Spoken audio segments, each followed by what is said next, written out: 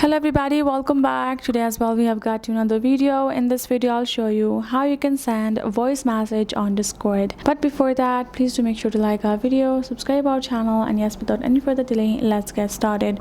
So to do that, all you gotta do is simply go ahead and open up your Discord app right over here. Once you have opened up your app, this is how the interface is gonna look like. Now you're gonna go ahead, tap in the friend of yours whom you would like to send out a voice message. Then you're gonna tap on this message icon, and now you have this little voice message icon, the microphone icon given in the bottom right corner. You just have to press it and you have to allow the access.